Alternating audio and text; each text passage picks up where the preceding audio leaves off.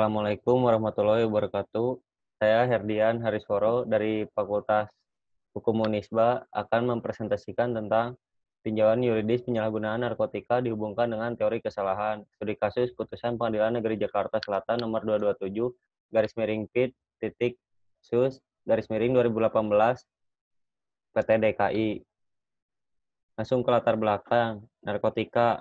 Narkotika merupakan barang yang tidak lagi dikatakan barang haram yang susah untuk didapat, melainkan barang yang amat mudah didapat karena kebutuhan saat sebagai efek candu dan kenikmatan tubuh penggunanya. Pecandu narkotika akan menghalalkan segala cara untuk mendapatkan barang haram ini karena narkotika memang zat memiliki efek candu kuat bagi penggunanya dan efek ketergantungan yang luar biasa. Penyalahgunaan narkotika. Pada saat ini terjadi tindak pidana penyalahgunaan narkotika yang dilakukan oleh salah satu public figure yang bernama Jody Fardan. Pelaku tindak pidana tersebut telah menyalahgunakan barang narkotika tersebut lebih dari satu kali. Pelaku tersebut beralasan bahwa menggunakan barang tersebut hanya untuk kesenangan semata, yang pada awalnya pelaku tersebut mengaku terbawa oleh lingkungan pergaulannya.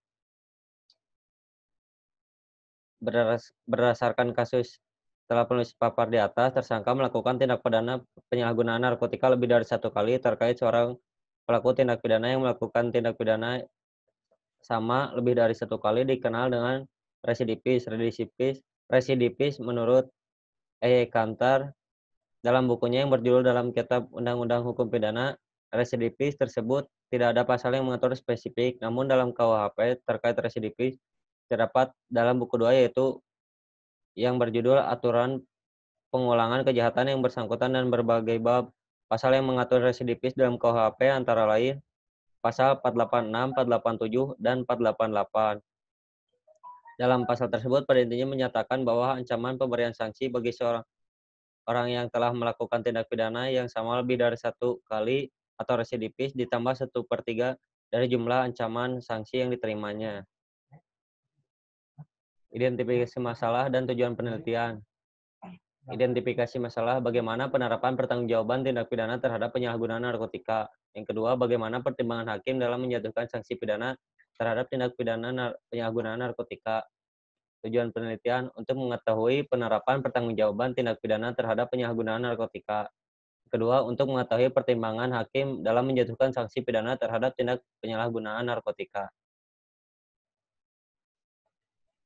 Langsung saja ke metode penelitian. Yang digunakan metode pendekatan yuridis empiris, jenis penelitian, penelitian deskriptif, dan sumber data, data primer dan data sekunder. Keempat, metode dan teknik pengumpulan data, kepustakaan, metode analisis data, kualitatif. Analisis tinjauan yuridis penyalahgunaan narkotika, studi kasus putusan Pengadilan Negeri Jakarta Selatan.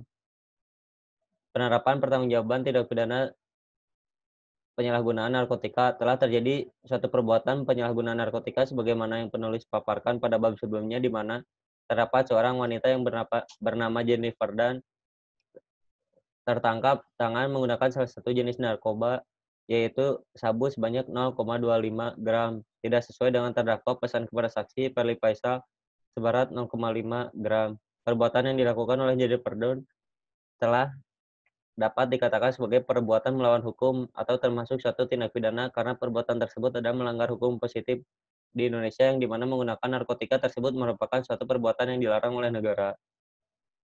Pertimbangan hakim dalam menjatuhkan sanksi pidana terhadap penyalahgunaan narkotika.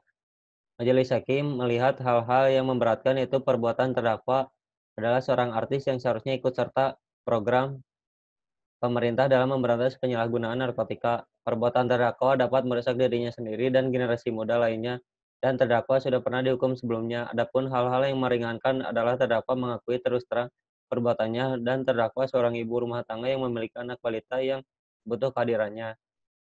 Berdasarkan uraian di atas putusan hakim anggota yaitu Ahmad Subaidi, SHMH, maka penulis berkesimpulan bahwa pertimbangan hukum majelis hakim dalam menjatuhkan putusan ini tidak sesuai dengan ketentuan yang berlaku berdasarkan semua fakta-fakta serta bukti-bukti yang terungkap. Kesimpulan, penerapan hukum pidana material oleh hakim terhadap tindak pidana penyalahgunaan narkotika golongan 1 bagi diri sendiri dalam putusan perkara nomor 227 PID sus garis miring 2018 garis miring PT DKI tidak tepat. Jaksa penuntut umum menggunakan dua dakwaan, yaitu pasal 112 ayat 1 Undang-Undang Republik Indonesia Nomor 35 Tahun 2009 tentang narkotika dan pasal 127 ayat 1 huruf A Undang-Undang Republik Indonesia Nomor 35 Tahun 2009 tentang narkotika. Di antara unsur-unsur kedua pasal yang didakwakan oleh jaksa penuntut umum tersebut yang terbukti secara sah meyakinkan bersalah adalah pasal 127 ayat 1 huruf A Undang-Undang Republik Indonesia Nomor 35 Tahun 2009 tentang narkotika, di mana antara perbuatan dan unsur-unsur pasal kurang saling mencocoki. Berdasarkan penelitian, penulis lakukan bahwa pertimbangan hakim oleh hakim terhadap tindak pidana penyalahgunaan narkotika golongan 1 bagi diri sendiri dalam menjatuhkan pemidanaan tidak tepat karena hakim dalam perkara nomor 227 PID Sus 2018 PT Daki tidak menjatuhkan pemidanaan berdasarkan pasal 486, 487, 488 yang menyatakan bahwa ancaman pemberian sanksi bagi seorang yang telah melakukan tindak pidana yang sama lebih dari satu kali atau residivis dapat ditambah sepertiga dari jumlah ancaman sanksi yang diterimanya sebagaimana sesuai dengan ketentuan sanksi dari pasal terkait dalam tindak pidana seorang tersebut dan juga keterangan saksi, keterangan terdakwa, dan alat bukti surat yang menurut pasal 184 KUHP merupakan alat bukti yang sah. Selanjutnya, alat bukti tersebut mendukung fakta-fakta yang mengungkap dalam persidangan yang meyakinkan hakim bahwa tindak pidana penyalahgunaan narkotika golongan 1 bagi diri sendiri benar-benar terjadi, terdakwalah yang bersalah melakukannya. Saran, pemerintah harus menggalakkan sosialisasi undang-undang narkotika yang baru sehingga dapat meningkatkan eksistensi BNN bersama dengan Polri, serta meningkatkan kesadaran hukum masyarakat dalam upaya penanggulangan penyalahgunaan dan peredaran gelap narkotika di Indonesia. Pemerintah dalam meningkatkan kesadaran hukum masyarakat tentang bahaya narkoba harus mengoptimalkan peran serta masyarakat dalam pemberantasannya. Hal ini dapat dilakukan melalui penyuluhan narkoba sampai ke tingkat RT RW dan terhadap anak-anak mengenai bahaya narkoba dalam penanggulangan dan penyalahgunaan narkotika. Sekian dari saya, terima kasih. Wassalamualaikum warahmatullahi wabarakatuh.